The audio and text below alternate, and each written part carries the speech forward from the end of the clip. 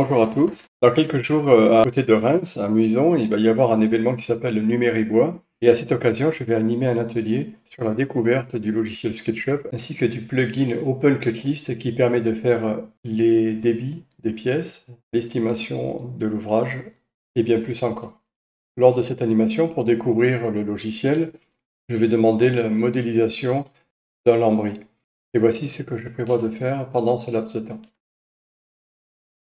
Afin de bien comprendre ce que l'on va faire, voici donc une coupe horizontale d'une salle de bain avec le lavabo ici et les WC ici, deux portes et un lambris qui enferme toute la pièce.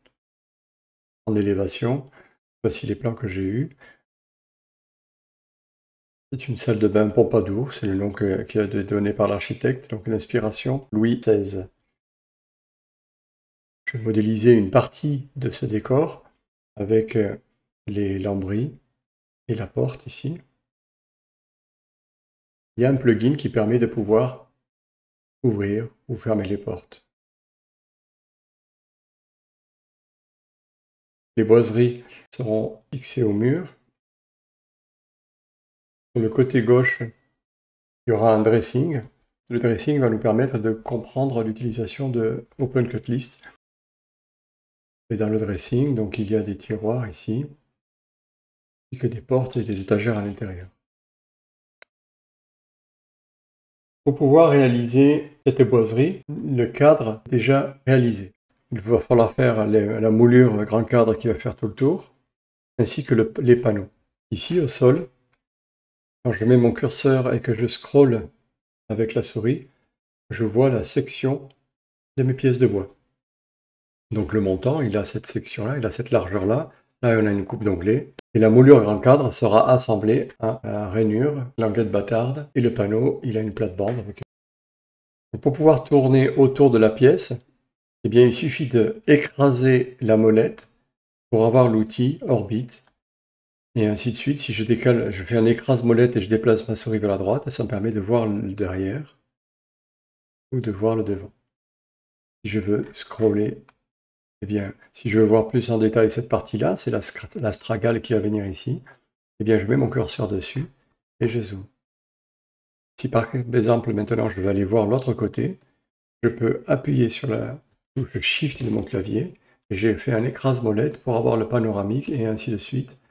Par plusieurs cliquets glissés lâchés, je peux aller sur le côté droit de ma traverse.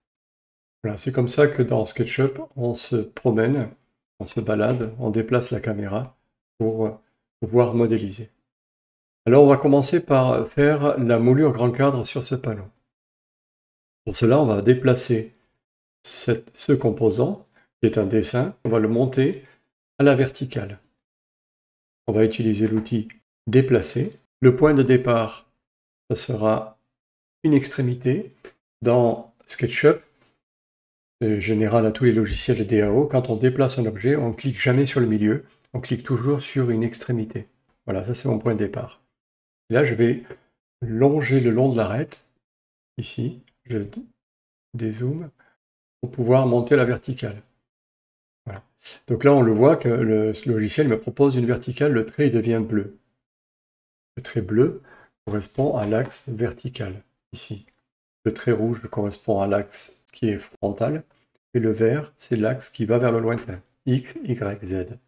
Donc comme je veux forcer, je veux monter ma pièce bien à la verticale, je veille à ce que le trait soit bleu, ou alors je peux utiliser les flèches de mon clavier, telles que la flèche du haut du clavier, qui me force l'axe bleu. Là maintenant, quel que soit l'endroit où je mets ma souris, je suis toujours vertical.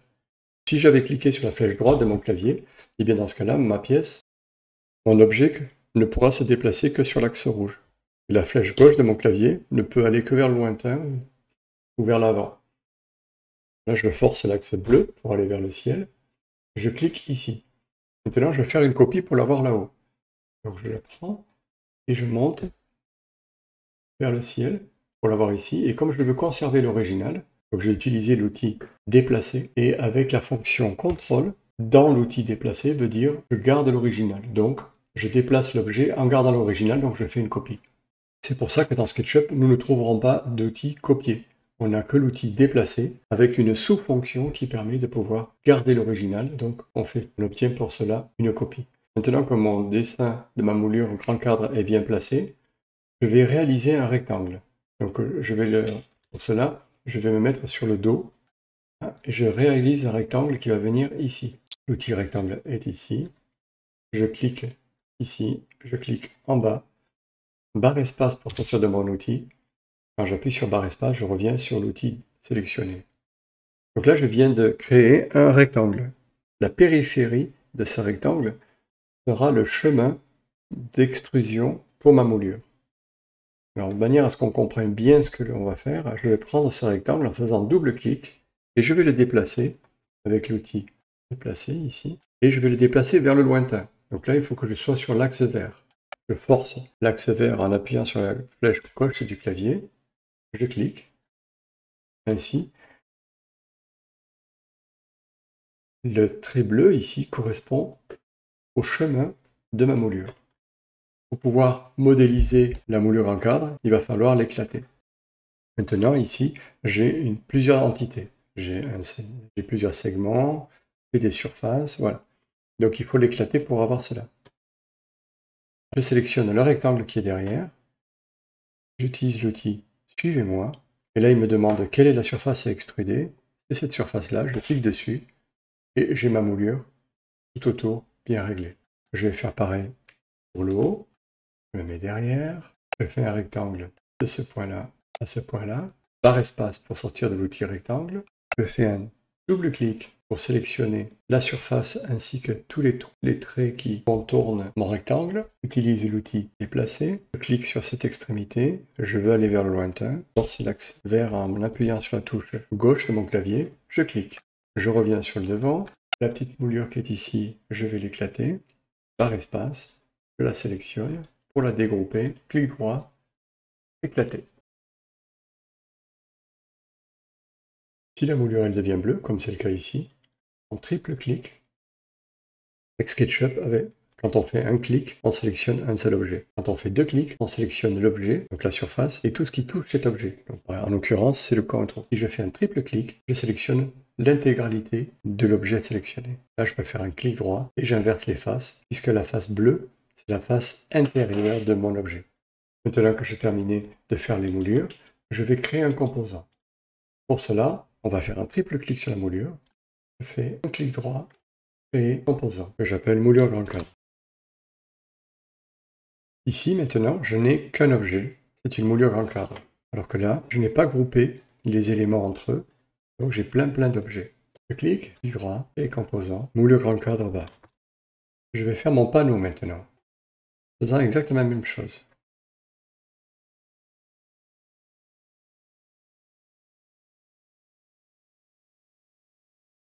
Tout comme la moulure grand cadre, maintenant je vais faire ma plate-bande. C'est-à-dire que je sélectionne ma surface, et derrière, mon rectangle, j'utilise l'outil Suivez-moi, et je clique sur la surface. Si je ne peux pas le faire, comme c'est le cas ici, c'est parce que je ne l'ai pas décomposé, je ne l'ai pas éclaté. Alors je l'éclate. Je vais le faire en bas aussi, comme ça c'est fait. Je sélectionne le rectangle, j'utilise l'outil Suivez-moi, et je clique sur la plate-bande. La plate-bande fait tout le tour. Et maintenant, on a un panneau, mais on a un gros trou au milieu. Il va falloir boucher ce trou. Pour cela, on va utiliser l'outil Pousser tirer. Je vais tirer cette surface et je vais l'amener contre l'autre. Du coup, comme un rideau, je viens fermer ma surface. Mon panneau est terminé. Par contre, il est bleu. Je fais un triple clic, clic droit, inverser les faces. Je fais pareil pour le bas.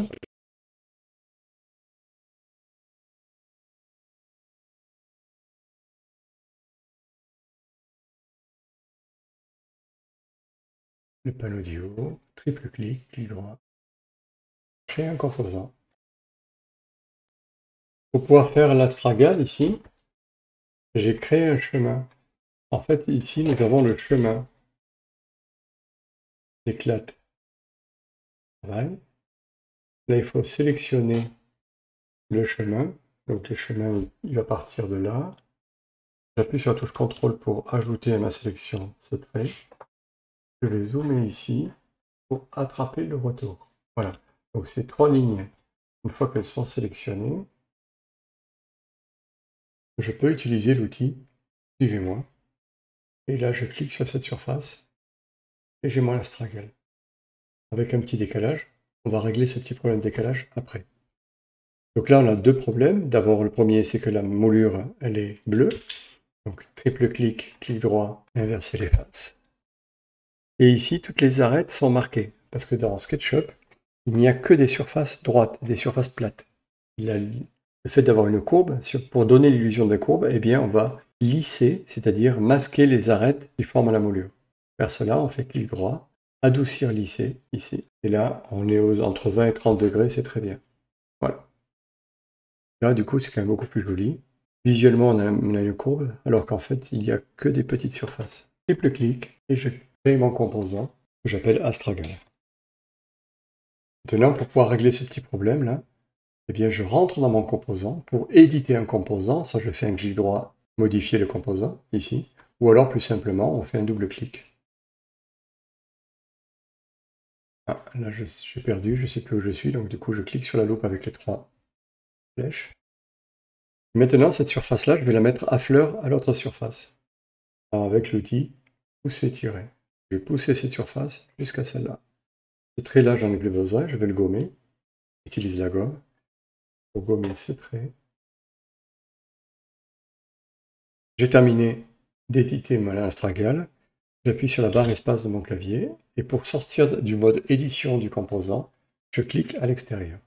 Alors il se peut que au moment d'éditer le composant, on soit gêné par le reste du modèle, comme ça va être le cas ici. Là. Donc là, par exemple, je voudrais aller derrière, mais le reste du modèle me gêne. Pour éviter cela, pour pouvoir accéder, eh bien, je vais faire en sorte que dans mon affichage, en mode de modification du composant, que le modèle soit masqué. D'ailleurs, je me suis fait un raccourci clavier, comme c'est quelque chose qu'on utilise beaucoup, c'est le W. Ainsi, on a juste la pièce.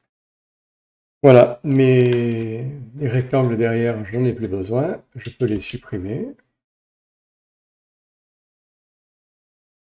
Et il ne me reste plus qu'à mettre mes matières. Et on va utiliser l'outil matière qui se trouve à droite. Voilà, ma fenêtre n'était pas assez large. Ici, j'ai une petite pipette qui va me permettre de pouvoir sélectionner cette surface-là. Et là, maintenant, je clique sur les plates-bandes, les moulures. Pour le panneau, par exemple, le sens du fil n'est pas bon parce que tout simplement, le veinage est horizontal. Pour pouvoir changer ça, avec Open Cut List, on a un outil qui peut permettre de modifier les axes. Et en modifiant les axes, je vais pouvoir permuter la longueur avec la largeur. C'est pareil en bas. Au niveau de la moulure grand cadre, c'est un peu particulier, parce que là, nous avons un composant. Donc pour Open Cut List, ici, nous avons un composant qui fait la totalité, quoi, comme si je prenais un grand panneau dans lequel je vais débiter. Alors qu'en fait, il y a une moulure en haut et une moulure en bas. Dans l'explication d'aujourd'hui, c'est uniquement pour vous faire une présentation client, quoi. Voilà. Par contre, pour aller plus loin, bien ici, par exemple, on peut voir que nous avons des composants. C'est-à-dire qu'ici, j'ai un composant en bas, c'est la moulure du bas, j'ai la moulure ici, donc là, j'ai carrément 4 composants. Dans SketchUp, un composant est une pièce. Alors que dans le travail que nous avons fait, on a fait juste une petite présentation client. Alors il est évident que si le client accepte, il va falloir créer des composants, c'est-à-dire transformer ce composant-là en 4 composants. Là, ça demande un peu plus de travail. Je voudrais terminer par Open Cut List en se mettant sur le dressing seul ici. Donc avec Open Cut List, j'ai pu utiliser des panneaux mélaminés dont j'ai plaqué les champs. Donc là par exemple si je viens ici, je clique sur ces panneaux là ici et je les masque. Si je masque, on voit que les panneaux c'est du mélaminé dont les champs sont plaqués, alors que les panneaux des portes, c'est de l'aggloméré dans lequel j'ai plaqué devant, derrière, et j'ai plaqué les champs également. Et voilà comment est-ce qu'on fait ça dans Open Cut List. On a de l'aggloméré, on a du chêne moyen en mélaminé, ce sont des panneaux, ça c'est les panneaux, on a du champ, on a des feuilles de plaquage, si vous voulez stratifier, pour les panneaux, les façades tiroirs et tout ça. J'ai de la quincaillerie, il y a des lamellos également. Et quand je viens dans débit, ici, que je génère mon débit, il me dit qu'il va avoir besoin de l'aggloméré, et puis de toutes les matières qu'on a vues tout à l'heure. Et là, si je viens dans l'aggloméré, je peux créer mon calpinage. J'ai bien sûr plein de paramètres à rentrer, notamment l'épaisseur de la lame, la marge extérieure, tout ça, les types d'affichage aussi, et je génère mon débit. Ainsi, je peux savoir dans quel sens je vais pouvoir faire mon débit. C'est de l'aggloméré, il n'y a pas de sens du fil, donc les panneaux, là, il peut les mettre dans n'importe quel sens. Par contre, pour le mélaminé, le chêne moyen mélaminé, ici, dans mon calpinage, je vais par contre avoir le respect des veinages qui est fait. Et il me dit que pour pouvoir faire le débit de tout ce dressing, je vais avoir besoin de 6 plaques.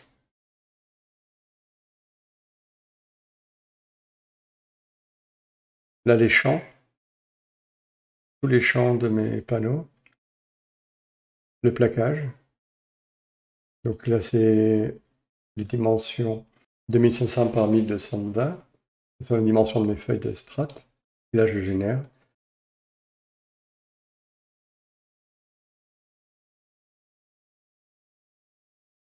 Je peux également faire une estimation du coût.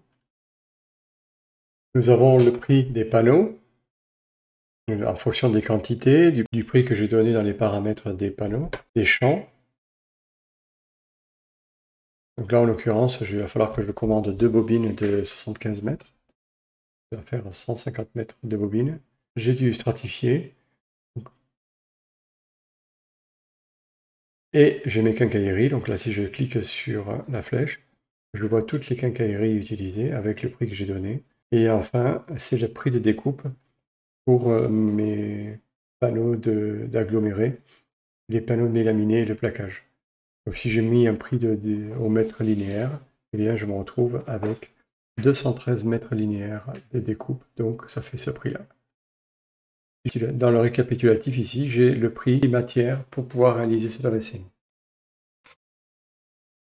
Voilà, donc j'espère que cette vidéo vous a plu et que peut-être qu'elle va vous donner envie de pouvoir approfondir le logiciel de SketchUp.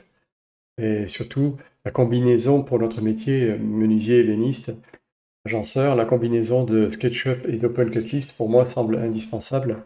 Et donc, c'est pour cette raison-là que je modélise toujours mes ouvrages en fonction de OpenCutList. Je vous remercie de m'avoir écouté. À bientôt.